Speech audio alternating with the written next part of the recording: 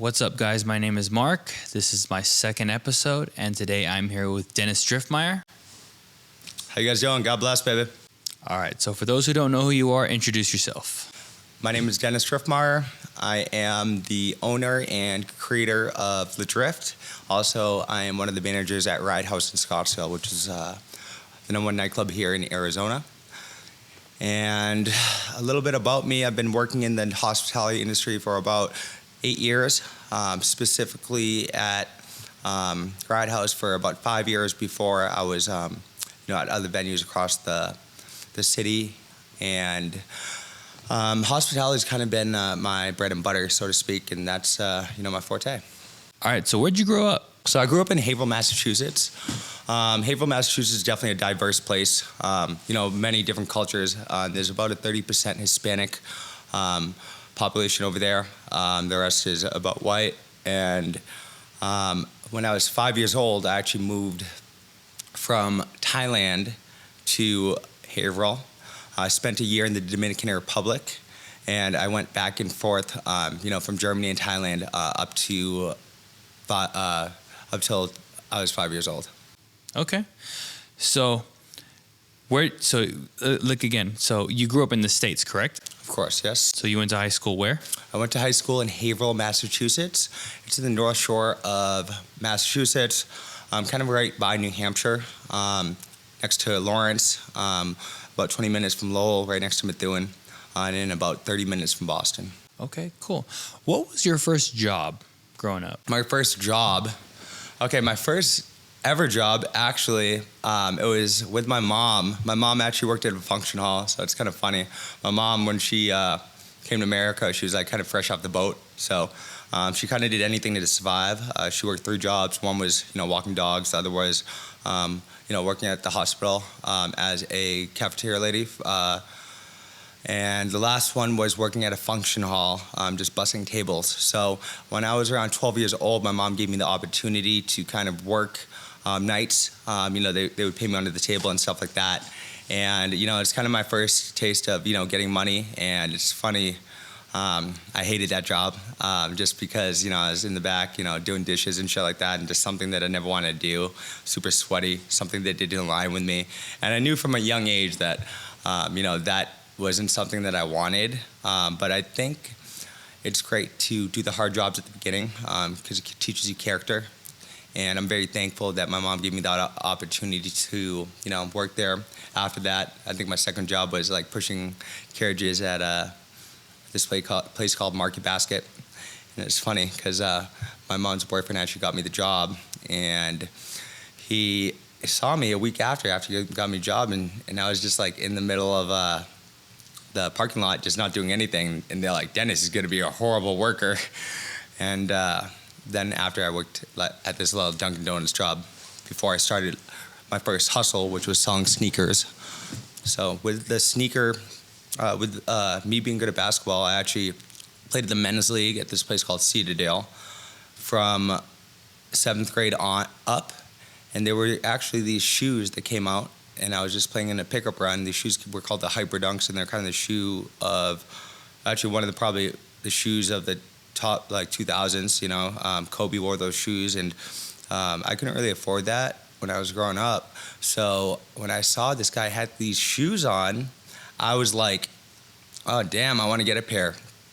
Funny enough, the guy worked for Nike, and he told me, hey man, I'm going to add you on my Swoosh account. I actually played on the guys' men's league, and the one thing that he told me was make sure you don't sell sneakers out of the trunk of your car. So obviously I didn't have a car in 7th grade, but once I got to high school, I was selling sneakers and just kind of like, selling them to all my basketball friends that, played AAU. Basketball was my first love. And I would get the sheets for 50% off. Then obviously I'd mark it up a little bit and they'd get a discount on the shoe. So I really enjoyed that hustle. That was something that aligned with me since basketball was something that I really loved. So I knew that I was always going to be a salesman, so to speak, in that type of way. And I've always had a love for fashion. I think, if there was best dressed in my high school, they didn't have that award, but I would have definitely won that. And I think a lot of the people can attest to that. Okay, that's cool. So when you graduated high school, how did you come across being in Arizona?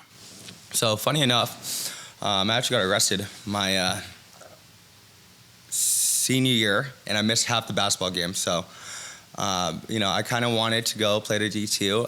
That was kind of a stretch and whatnot. I could definitely make D3, but D2 and D1 are, very similar. Obviously, me being 5'10", that wasn't part of my advantage. So I definitely had to battle that height difference and whatnot. And I went to Suffolk University, where I stayed there for a year, and I really didn't like the school. One, I did love the city aspect of it, but my mom specifically wanted me to go to college, and I was like, hey, if I'm going to go to college, I'm going to go somewhere I want. So after my freshman year of college at Suffolk University, I typed in best looking female undergrad, and ASU popped up. Little did I know it was the easiest school to get into, and I got in within 30 minutes, and I packed my bags, and I said, I'm off to Arizona, not knowing anybody at all. Now that you mentioned Arizona, how did you and I meet? So I want to actually give a shout out to my boy Parker Lean. He's actually someone that I look up to.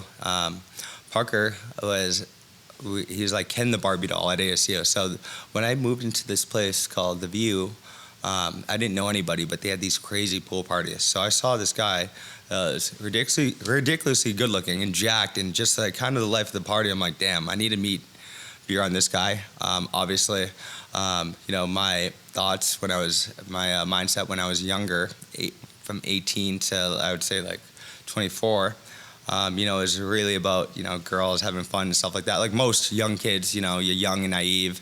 And, the song I Love College by Asher Roth, that was like kind of my song in high school. And I thought that's what college was supposed to be. And I ended up becoming best friends with Parker. Parker was, definitely he's definitely a light in this world. And right now he's a spiritual teacher, a spiritual coach. And he's doing really well for himself, and I definitely look up to him in many ways. He's definitely switched around his kind of mindset, his kind of job, and it has been very enlightening watching him, on this path to, his high self, and I'm very proud of him, and I think that's, definitely something that he wants to do. So, proud of my boy Parker. But the first job that I had, Parker recruited me to do door-to-door sales, and I ended up working with you. This guy named Danny Pesci was actually, I think he was like number one in the company at the point, and Isaac Burnside. So a lot of my fraternity brothers also joined that summer, and we didn't know anything at all. We were kind of just sold on the dream of, making money. So when you see any guy, I think it was Pesci, making a couple $100,000 in the summer, a few $100,000 in the summer, you kind of want to be something like that. And when you're that young, they say a lot of the biggest egos go to ASU to party, just because it's one of the, biggest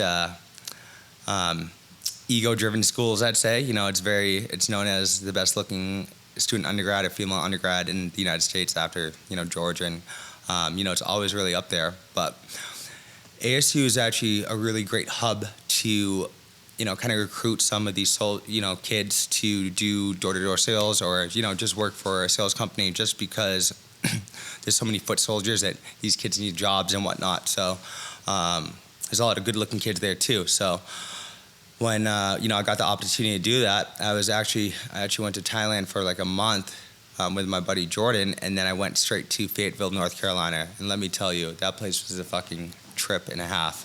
I learned a lot about myself personally, and I definitely tested the water, so to speak. And I can't be thankful enough for that opportunity to work there. I met lifelong friends, and that kind of drove my path in sales. I wasn't, I did pretty average. Like I wouldn't say I was like the top guy. I definitely had some sales under my belt, and it was kind of eye-opening because I came there late. So I am very, very competitive, as you know. So for me to start like kind of behind everybody was, kind of hard for me. But working with guys like Parker, Tommy, Party Time, DeAndre Nuge, Kaylin, I think Wes. It was just a good little community. Cameron Helene, good little community of guys that were just like, hungry, young, and we didn't know it any better, and we just kind of followed Parker's lead just because, we trusted him. And he was great at his job, and he was someone that, we looked up to. I would say you kind of looked up to him too, in a way. And, he has many great traits that I admire, and I want to be a little bit like him in some type of way. So, one thing that I kind of do is I'm never going to be like Parker or like Kobe Bryant, who's someone that I look up to, but I can take bits and pieces of all these people and make myself. So that's, kind of one thing that I've always done. But that's the first time that we met, and I know that you specifically, that I don't think that was your, kind of your career path. And it's funny that you've always been into videography, photography, even back in the day and stuff like that. You crack jokes and stuff, and it's funny with now this whole setup at my place. It makes sense that you're doing this, and I'm so happy to support you in any type of way. And thank you for coming out this weekend for my birthday, and when you gave me this opportunity to do this, I was like, I'll jump. Whatever you need me to do, I'm more than happy to help for a friend. All right, cool. Yeah, no, I appreciate that, man. I'm glad you said that. And with this door-to-door sales things, when you came back, what was your mindset when you came back? Well, one, I fucking hated it. It was the worst. It was the best and worst experience. I worked in Raleigh, Durham, which were very nice parts of North Carolina, and then there was Fayetteville. So it was definitely a transition from, very high-end people to people with very low incomes and whatnot. I didn't know anything about sales, and my mindset coming back was this was something that I needed to learn. And throughout that summer, I don't think I got the best teaching and advice, and I'm a very hands-on teacher. I pay for training now just because with that job specifically, I know that having good mentors, having good trainers is something that can really set you apart. So what I started doing when I turned 21, was I really started diving deep into personal development and sales. I know that I suck at reading, so what I did was I used to just listen to audiobooks all the time, and make my, my car in my house, just in my shower, just like a at-home library. So 24/7, I would be listening to that stuff, and then I just tapped into reading as well. It would take me a few weeks to read the book, but during that time, I would listen to the audiobook until I finished the book, highlight the book, and write down the best topics. So by the time I was finished the book, I retained all the information.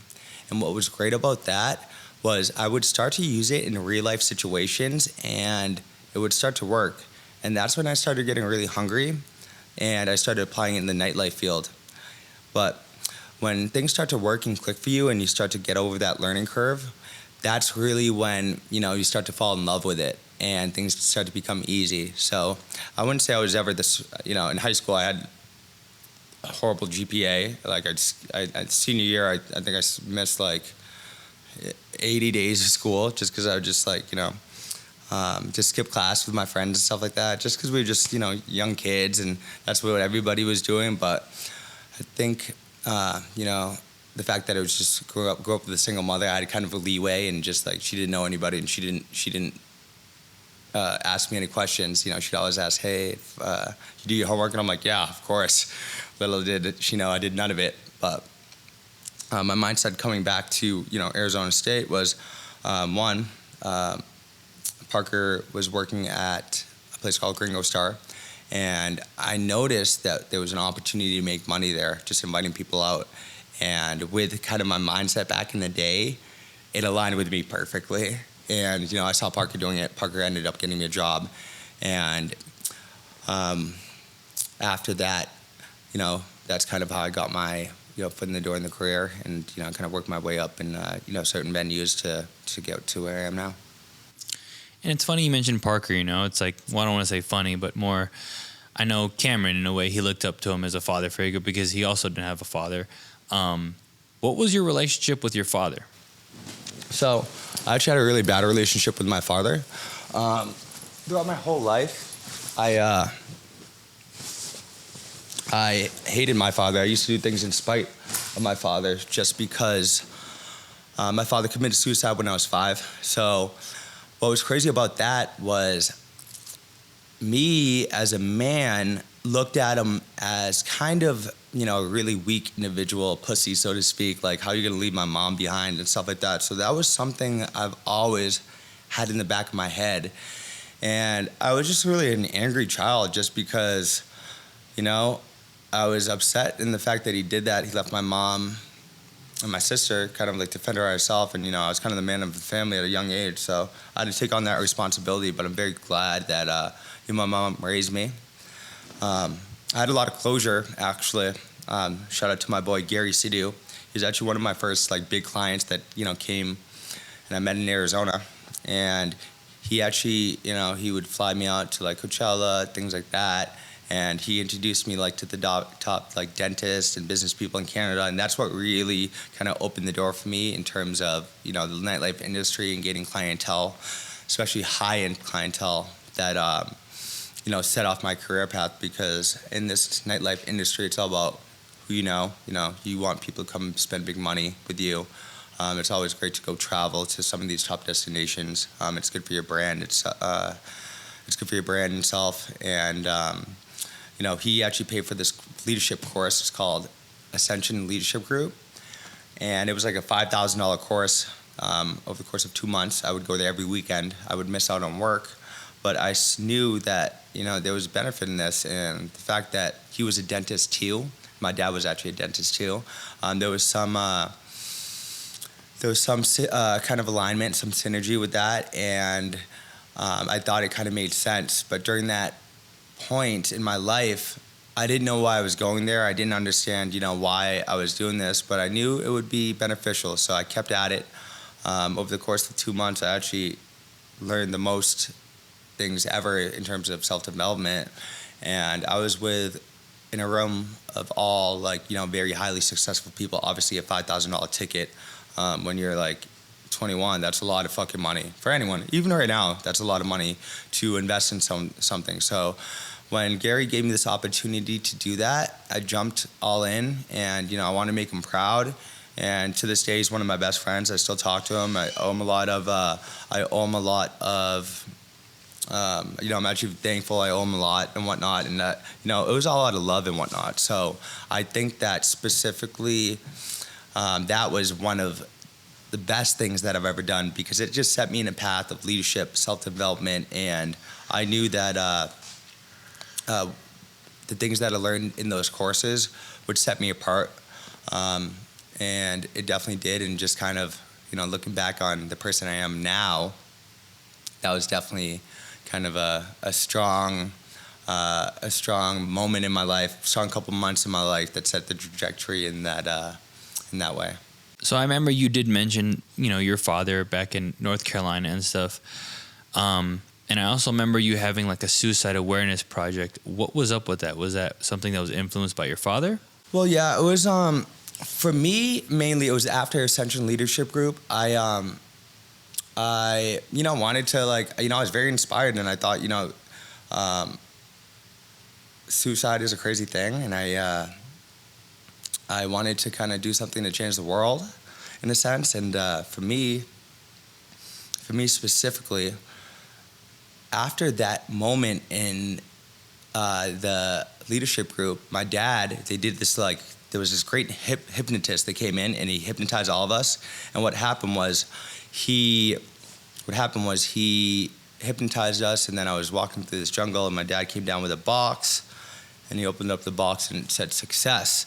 And that's when I had closure with my dad for the first time ever, because I realized, you really don't know what anyone's going through in life. You know what I'm saying? Even though, I hated him my whole life. That's my father. That's, my kin. That's my family. And I had to have closure. And obviously, my whole life, I was curious, why he did that. And, I never honestly forgave him. But because of that group, and because of me learning more about myself and learning more about other people, I was okay with the fact that, sometimes shit happens and whatnot, and it's fine, but you don't know what anyone's going through. So I just wanted to, bring some awareness to that. And I think my father specifically, I think he put me on a pedestal and did that. He committed suicide and just like he wanted to put me on a pedestal to change the world, like move mountains. Like I always say that my goal is to win a Nobel Peace Prize. That's not my goal, but you know, I want to do something to empower people and just like bring awareness because I think that, you know, I could have had a lot worse in life. Luckily, I was great at sports, and you know, I had like families that took me in and stuff like that. You know, I hung around with it's a mainly Dominican and Puerto Rican community. So after my mom got divorced the first time, I didn't have a curfew, so I went buck wild. You know, we'd go out till like 2 a.m. Like all these other kids too. They didn't have parents, so I was just out with them, and it's just normal, you know. And I was actually kind of happier that that happened because now it's just like set free. As a high school kid, you know, you never want a curfew and stuff like that. My mom would work 3 jobs. So it was enlightening. It was very free, and I was just like a free bird growing up. So I just kind of wanted to bring awareness to that. And, you know, I was very empowered by this group, so that's why I started that. Where were you when you got the news that your dad did what he did? So what's crazy was when I was 4, I remember vaguely my mom and my dad getting in a fight. You know, my dad was very wealthy. He was a dentist. He opened up a couple practices in Thailand, and obviously in Thailand money goes really far. But the night before that, he kind of left. He actually, you know, him and my mom got in a really big fight, and my mom ended up leaving the house, and you know, we ended up running down the street to my aunt's house, and you know, my sister was still left there and stuff like that. But I remember just, you know, my dad was an alcoholic. He was, I don't know if he did drugs or anything like that, but he was definitely influenced by alcohol a lot, and him and my mom would get in verbal arguments and fights. I remember that as a kid. And, you know, I remember the last time that I spoke to him, or the last time that I remembered him, you know, there was just plates breaking, you know, it was turmoil. Like, honestly, I was with my sister kind of like in the room. My mom locked us in the room and whatnot. I'm like, I wanted to jump off the second floor of the balcony just to save my sister and stuff like that. Just in my head because, you know, I was like thinking like, damn, I'm gonna use my underwear to jump off, and you know, I was 4 years old. I didn't know any better, but we ended up leaving that night. And what happened was my sister. The next day, my mom said, "Hey, you know, I'm leaving and whatnot." My sister, my dad took my sister, kind of kidnapped her, and took her to Jamaica. So he flew to Jamaica. He ended up. He was actually.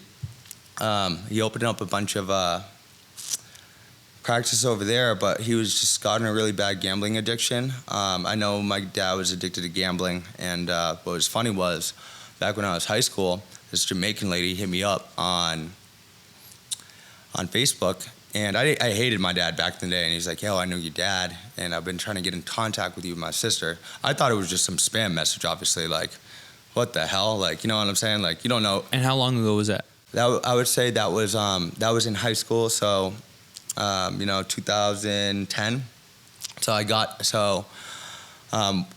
I was very confused because I didn't know anything about my dad, and you know, I actually had a conversation with this lady, and I took a phone call with her, and my mom didn't know, and she was actually a prostitute in Jamaica. So my dad's over here having a gambling addiction, fucking traveling the world, fucking prostitutes and shit like that, fucking crazy. So that's something that you don't like, you know, you don't want to hear. So that made me even a little bit more angry. But what was crazy about that was she was taking care of my sister, and my sister ended up being in an orphanage because my dad had a gambling addiction, and he ended up fleeing the country, and that's when he committed suicide. But because of that, he left my sister alone in Jamaica, and she ended up going to an orphanage for a year and whatnot. And you know, obviously that in itself, you know, caused trauma for her, and you know, kind of set a bad start to my family relationship, because obviously my mom, why did my mom not take my sister, kind of what happened with that. I'm in America while my mom's trying to get my sister back, and, from my dad and stuff.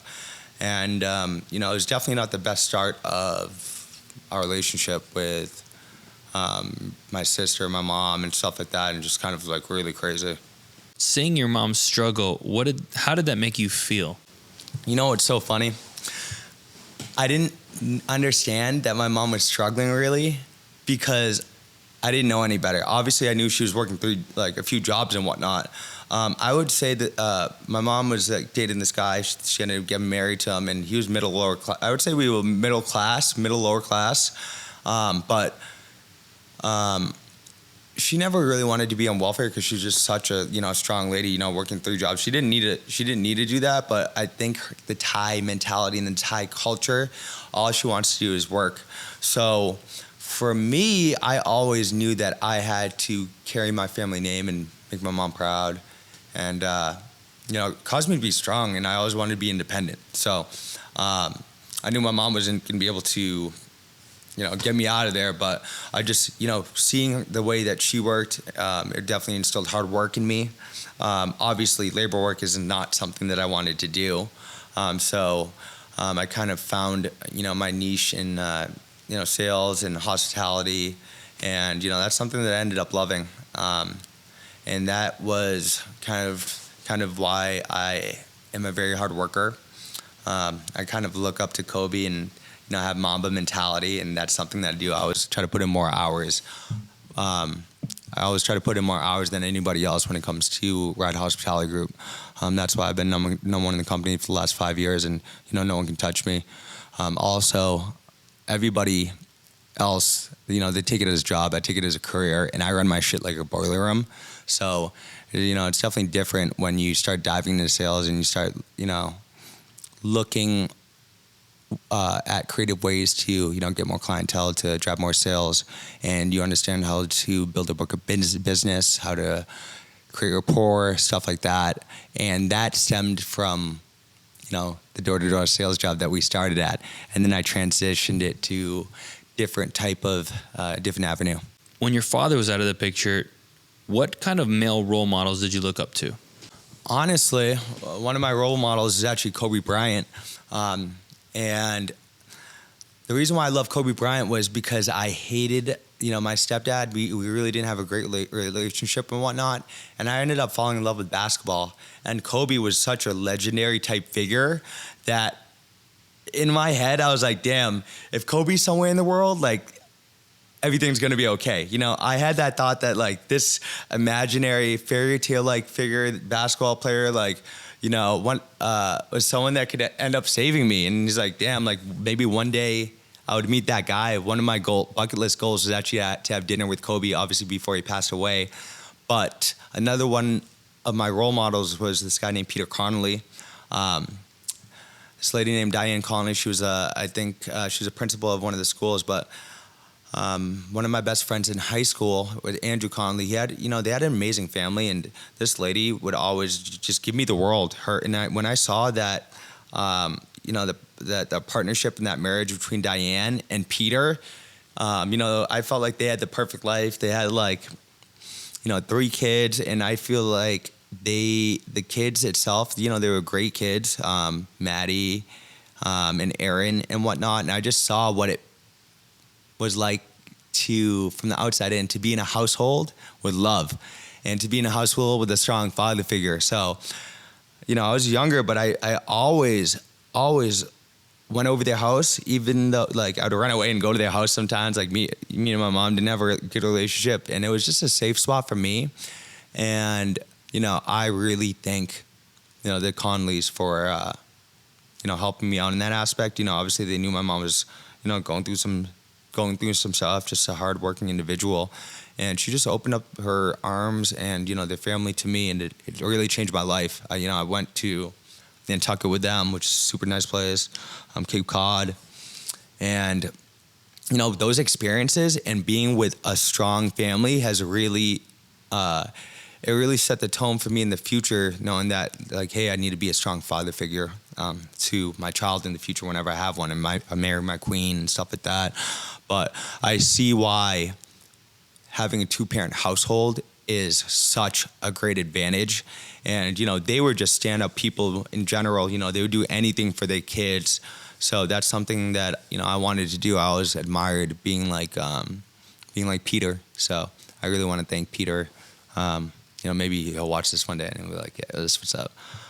But yeah, so that was definitely a really strong role model for me. There's this guy named Scott Hazelton too, who's my AAU coach. He was a McDonald's All-American. He went to UConn. He didn't end up going to the NBA, but he was just a hard ass on me. And I was afraid of the fucking guy, like 6'7", fucking, really intimidating, but he just instilled hard work. There's another guy named Vin Pastore that was his father that, they would pick us all up, me and all my friends, go to the AAU games. And we were just like a couple, just a couple kids just wanted to play basketball. And through my team, the Mass Rivals, there's actually a few people, a handful of people that went to the NBA. My high school teammate, Noah Vonleh. There's a guy named Pat Connington. Zach Levine, I believe his name was. And just like another, a group of handful of people that, actually made it there. And we were kind of the start of, their AU program, but now they flourished into one of the best in the country. So I definitely see what Scott has done. I know he has a kid right now too, and his son is nasty at basketball. And I'm not surprised that he's nasty. So I'm sure that, with a strong dad like Scott, and just like him training him and whatnot, I just see his son flourishing and whatnot. It's great to see people taking care of their kids and stuff like that when that's something you don't have. I know Scott came from a troubled household family, and he made something of himself. So thank you, Scott Hazelton. I appreciate you, even though you're crazy and you were one of the hardest people on me too. I really appreciate your time training me every single day. You didn't need to do that, and you didn't get any benefit out of it besides the fact that you just want to empower the youth. So that's something that I look to do in the future. I always want to empower the youth and be a good role model for whoever. So that started with guys like Peter, guys like Scott, guys like Vin Pastore, Kobe Bryant, and yeah. So growing up, what career path did you want to be? Because I'd imagine that you didn't want to be, going door to door in Fayetteville, North Carolina, of all places. Well, I wanted to be a professional basketball player. And my mom was really funny. She's always like, have a plan B and stuff like that. And I'm like, relax. I'm like, I'm going to do it my way, the highway. It's plan A, Obviously, when you're young, you don't understand that it's a 0.001% chance of, making it to the league or in any type of sport. So for me, I wanted to play basketball. I didn't have a career path that I wanted to do. I knew that once I went to college, I wanted to get in business, but I didn't really understand what it meant to do that. You can be go into business management, business communications. I really didn't understand it. I just was like, sign up for the classes and went with the flow. So when you were knocking doors in Fayetteville, North Carolina, what was going through your head when you were like, oh, I should be, playing pro basketball? Well, obviously that wasn't a thought in my head about pro basketball because I was in college and whatnot. So those dreams kind of faded away after, I went to a D3 school and played basketball. I know it wasn't D1. So I had zero shot of making it that wasn't even an opportunity for me. And I'm 5'10", even though I could, back in the day, I could just throw down a couple dunks and whatnot, here and there, solidly. I think I dunked the ball maybe 5 times. But, those hoop dreams kind of deflated after high school. And I just kind of really just wanted to be free. And I knew that I needed to get out of Haverhill. I knew that wasn't the best place. I saw, I kind of saw the good and the bad, but there's a lot more bad than I saw than good. So I'm like, what? I need to get out of this place and I need to do something different. I need to set a tone. A lot of the people that I grew up with, they stayed in the city and whatnot. They really never left. So for me, I wanted to be a change, and I didn't know what it was, but I knew I had to get out. Like I knew I had to get out ASAP, and no matter what, I was not staying there. So, my mom wanted me to go to community college at first because that was kind of the cheaper route, but I was like, you know what, I'm going to make it my own way. And thank God I did that because it kind of set, the tone of who I am as a person. I've always been very independent. And with ASU specifically, it's one of the best places to network. I would say, I grew, a lot of my friends at ASU are very successful. They ended up graduating. They ended up becoming very successful in their own right. And it was definitely a breeding ground for, different type of individuals, so to speak. And I'm sure you can attest to that because you would come and party and whatnot. And, everybody had this allure of it. ASU is the best place ever. And, it's a really, really big party school. But from that, after the partying kind of, died down and people went on their own career path, it was everyone kind of had a different route and whatnot. They went in different fields. ASU isn't really the best educational school and whatnot, but it did have very strong individuals there that thought they could do anything. Very egotistical people that went to ASU and stuff like that in all the best ways you can say. They ended a lot of my friends ended up turning into studs in their own right. So I'm thankful for that opportunity. I'm thankful for all my friends that were in my fraternity. I'm thankful for the people that I've met, like Danny and stuff like that. And, I see myself staying in, Scottsdale for a long time. I like to spend my summers in Europe, my winters in Thailand, and then the rest of the time it's really busy season here in Arizona. So I like to, soak up the warm, nice weather. And I think it's very important to be in a place where, there's a lot of healthy people here. There's a lot of people that are, very driven. And I definitely feel it in the air. I'm sure you think the same thing, especially in Scottsdale. I believe it's the most millionaires are being produced here in Scottsdale, Arizona, or Paradise Valley. Something I just read that online. But after the COVID boom, a lot of people ended up moving here. But a lot of my friends, very, very successful people, and I look up to a lot of them in their own different fields and whatnot. And I definitely see Scottsdale being one of the top places in the country soon with the expansion of the city, with the way the real estate is going, the buildings that are popping up left and right, the hotels that are coming here. We have some of the most amazing restaurants, fine dining. It's been amazing to see the expansion of the city, and I think that I am deeply rooted in the city. So I'm very proud of what Arizona has to offer. And I tell everybody, Arizona is one of the best places to live. At first, the cost of living was really good. Now it's becoming pretty fucking expensive. So I just definitely saw that transition over the last couple of years.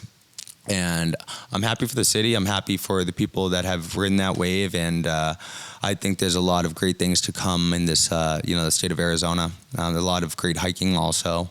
I feel like in this area specifically, there's a lot of people that are very health conscious. So that's really great too. A lot of good looking people too. Obviously it's very hot, so I feel like people need to wear less clothes. So it is an area where, the fitness community is really big and whatnot. And that's something that I love. I'm into my fitness. I'm into, my health. And Scottsdale is definitely a place that embodies all those things, specifically with the weather and stuff like that. And, the very wealthy people, the nice houses, it kind of goes hand in hand. So now that you mentioned, wealth, success, a lot of very successful people around here. Mm-hmm. I remember back in the day, like you said earlier, I was recording college parties, and I used to come and crash on your couch, kind of there was a lot of times where I would come here and I don't even think you guys knew I was here because you guys just left your door open and you guys were so busy and occupied doing what you needed to do. But I do remember specifically, you had your challenges, it's I remember hearing you were kicked out of the View. Yeah. You were kicked out of the block. Yeah. And you were evicted out of the district. Yeah. What were your challenges with dealing with your friends at that time, did you feel like your friends were a help, or did you feel like your friends abandoned you? Honestly, I think that I was just partying like a fucking rock star. And it's kind of funny. I take extreme ownership in that and whatnot. And I was just young and dumb and naive. So you got to take some L's before you get some W's and whatnot. And I just didn't know any better. But I was just young and reckless. I didn't have any, I didn't have any goals when I came here and whatnot. I just wanted to have fun. And I kind of did that to myself. I could avoid a lot of those situations, but, I'd get blacked out at a party and whatnot. And that was kind of what people did at ASU. So I didn't know any better. So there's a lot of people, I didn't think anything of it, to be honest with you. I just thought like, fuck, I had to figure it out. And, I ended up I had a good group of friends while I was in school and stuff like that. And, people get evicted from places and stuff like that just for partying and whatnot. So I really didn't take it personal.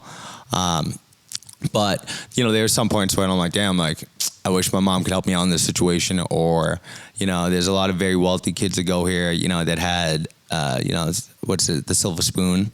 And, I wasn't one of those, but those were my friends. So, my friends always kind of had my back, and they would make sure I was good. But there were a lot of other people that were my friends that were in the same situation.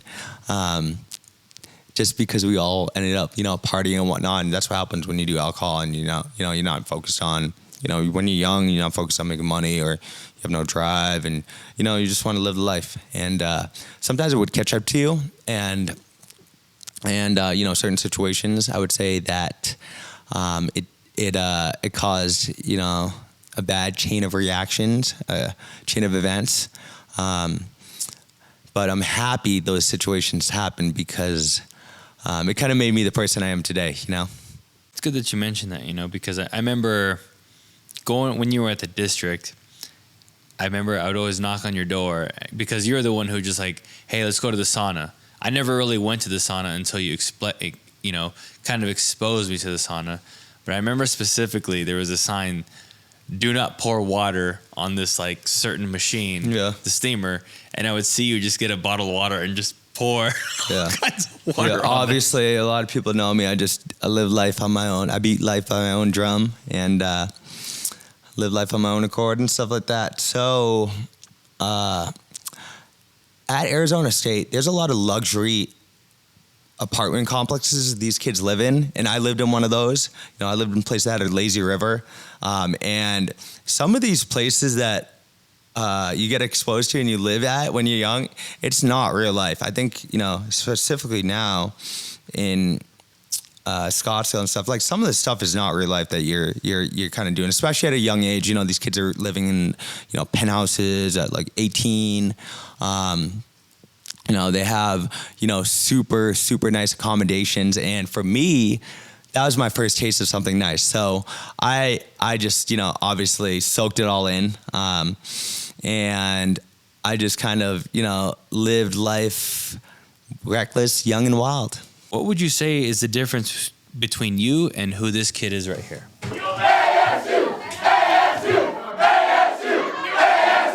That was 14 years ago. That's crazy.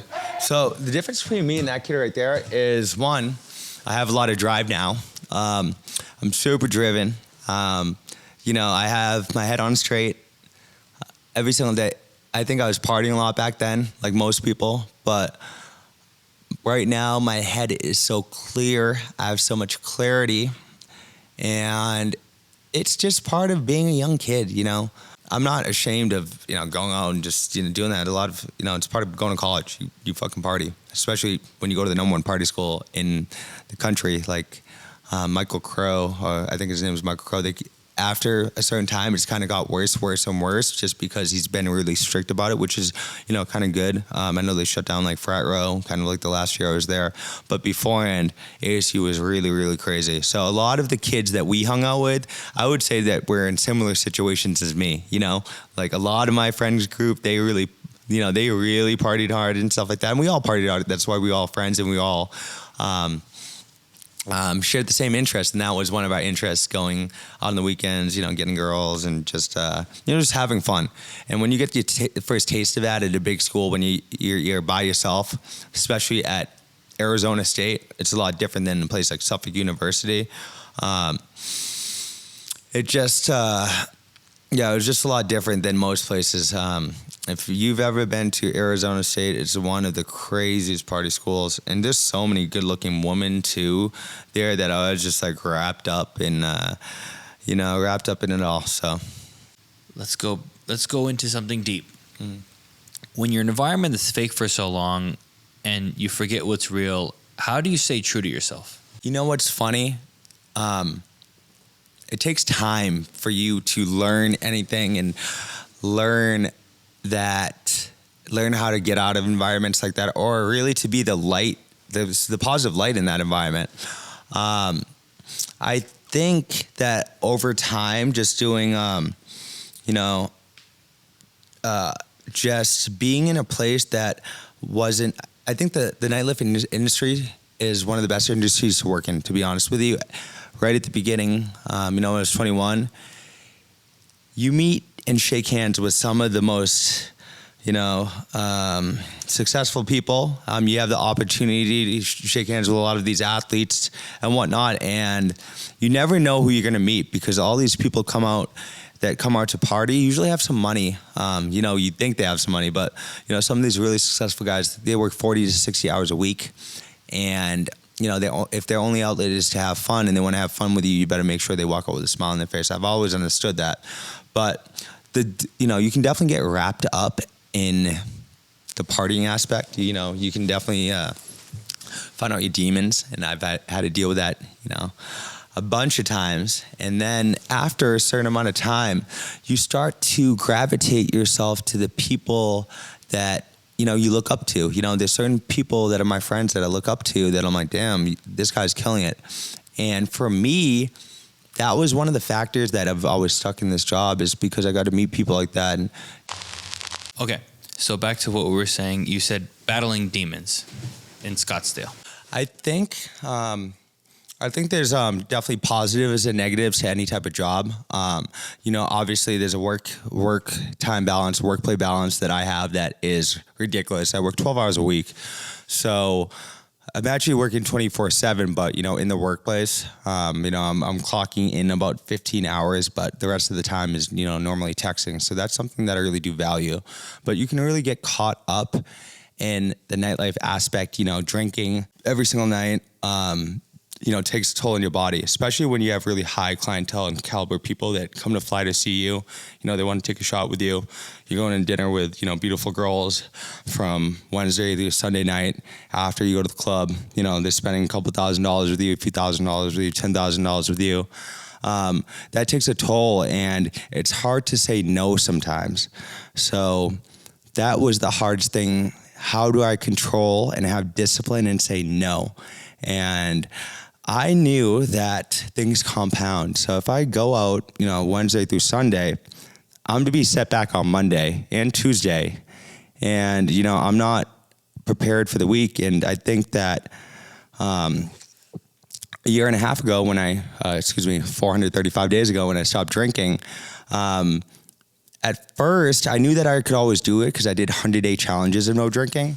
But I didn't know how I would, still be successful in my job when a lot of my job required me to go out and, having a shot is actually one of the best icebreakers that you can have.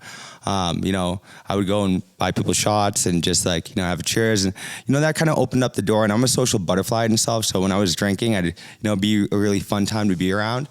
And I had to get really creative on what I had to do in order to, still gain clientele since I wasn't going out on partying and whatnot.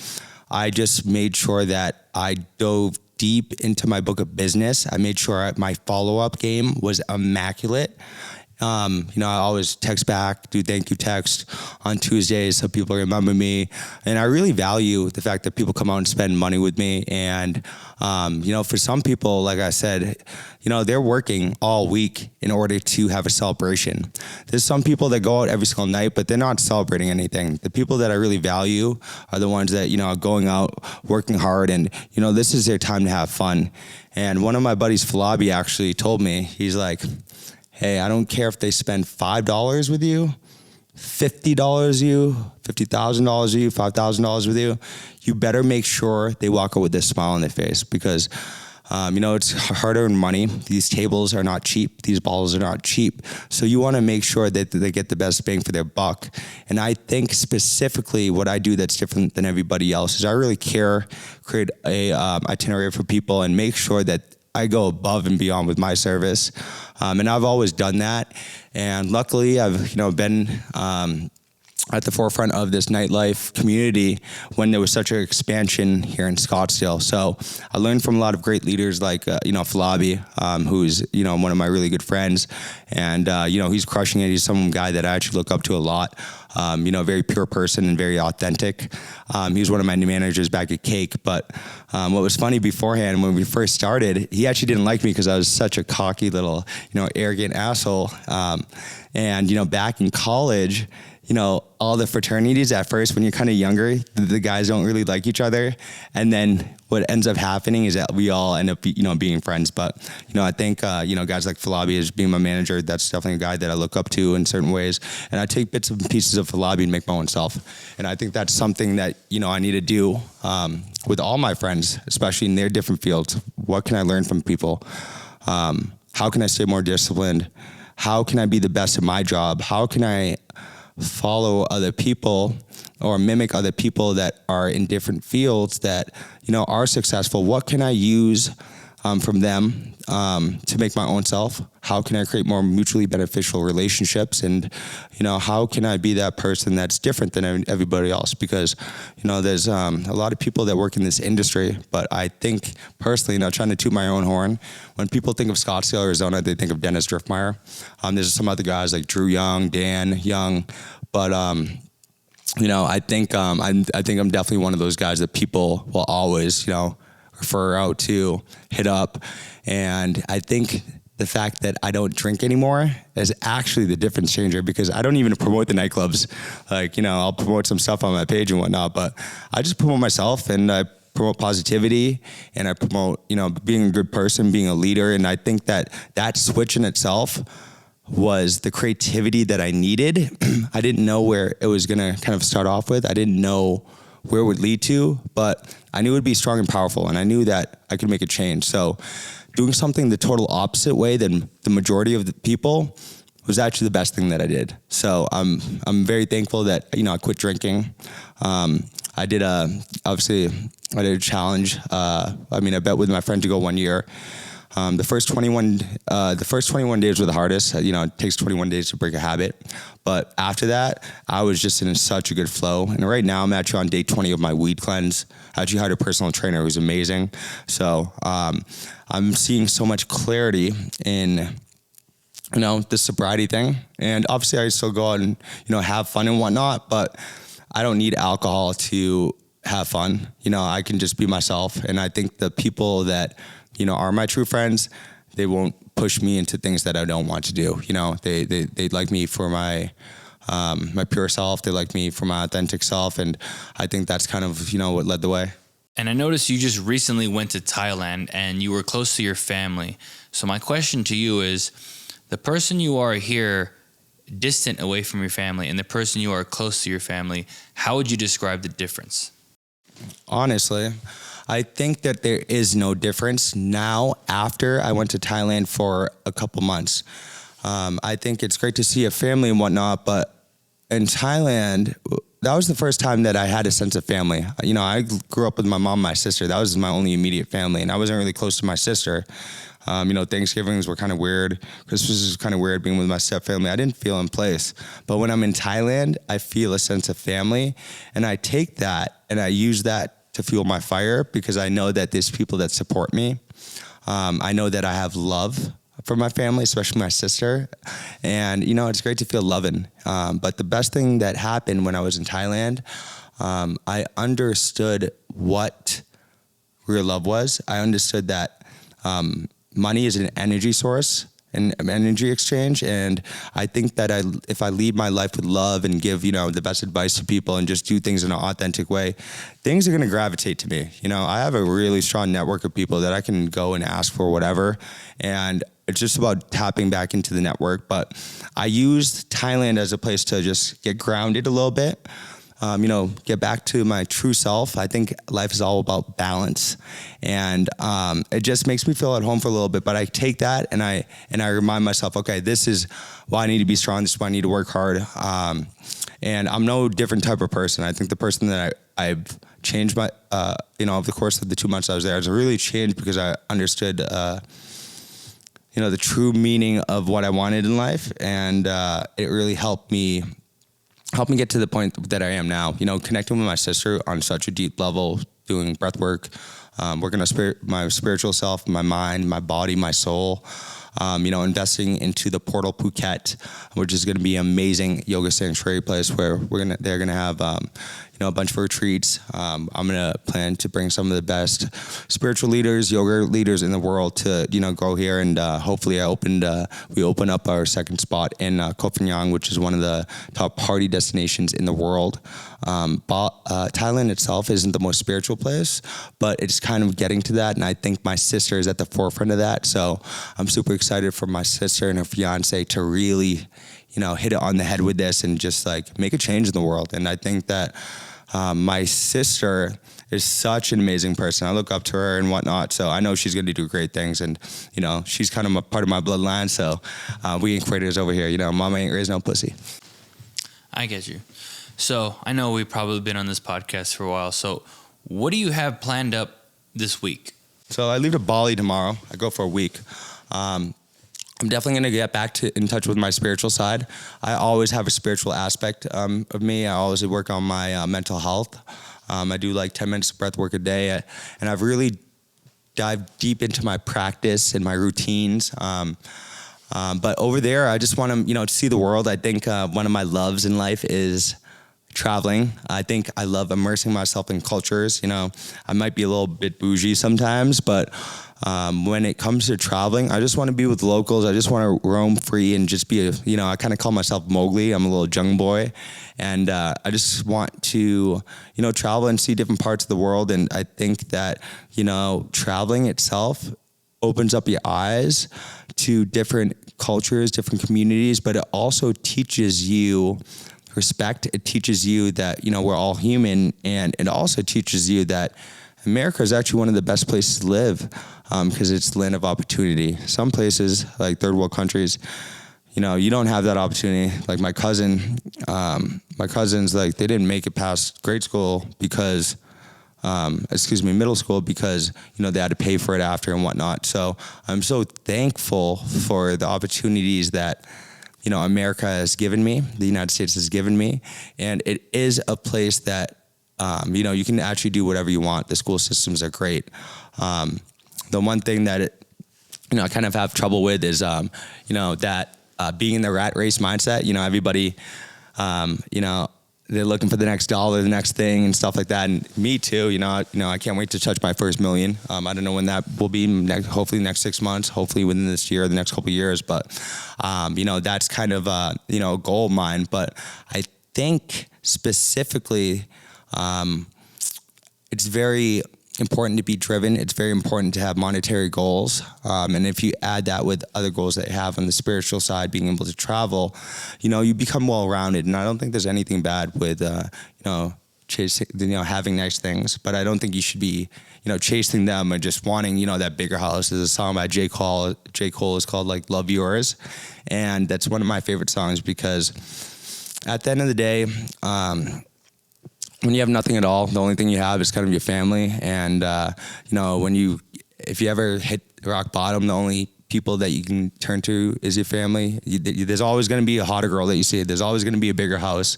So if you're chasing material, things like that, you can get lost in the sauce kind of. And, I think that me practicing gratitude has really changed my life. And I make sure I practice gratitude every single day after my meditations.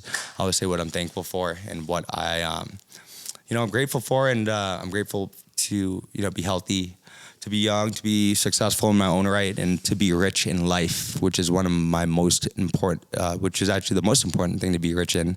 Every single day I've been waking up smiling, waking up healthy, getting 1% better. And that has just given me a clear vision and helped me navigate the waters of life. So I think, having clarity and just waking up every single day and just focusing on that part of my routine has, helped me in so many ways that I can't express. Cool. I'm glad you mentioned that. So when you come back from Bali, what plans do you have? I know you mentioned something about fashion because I don't know what I'm wearing exactly. So for the people who don't know what I'm wearing as well, what am I wearing? So this guy's a fucking idiot. So he's like, hey, did you make this piece? I'm like, that's fucking Valentino, you dumbass. You think I fucking made that? And I'm just kidding, but I'm actually dropping my brand littered. The pillars of my brand are patience, presence, and productivity. I think those are 3 things that you need in order to succeed. Every single move that I've been making lately has been a patient move. I haven't been rushing things, and everything's been coming to me. I think presence and to be present in life is very important. I think you need to be very well aware of things, and I think you need to act on certain situations that happen. And as far as being productive, it's very important to get 1% better each day. So I actually just hired a personal trainer. I'm going so hard on my brand The Drift, and I can't wait to have one of the best fashion shows Arizona has ever seen. I am not settling for anything less, so I'm working with a lot of like-minded individuals to, create something that is very meaningful and impactful. I want to have a strong message behind the show, and also deliver clothing that are pieces that people love to wear. Like, damn, like I can't believe I have a legit piece, or they feel great in my clothes, and I think that it's not what you wear, it's how you wear it. But I think high quality clothes that last a long time is, definitely very meaningful. I've always been into fashion my whole life. I love fashion. I think it goes hand in hand with my job. So that is, my next plan. The fashion show is going to be called a pop-up in PV. And I'm planning to have it around Final Four weekend. Everything's kind of in the works, but I'm cooking up that dope boy magic, so we'll see what's in store. So I can't really let everybody know who's going to be there and stuff like that, but super, super excited to launch this. Over the last year, I've been working on it. I've been very patient, but I'm diving full head, full steam into it. So that's my passion project, and I plan to go to Paris this summer with one of my friends.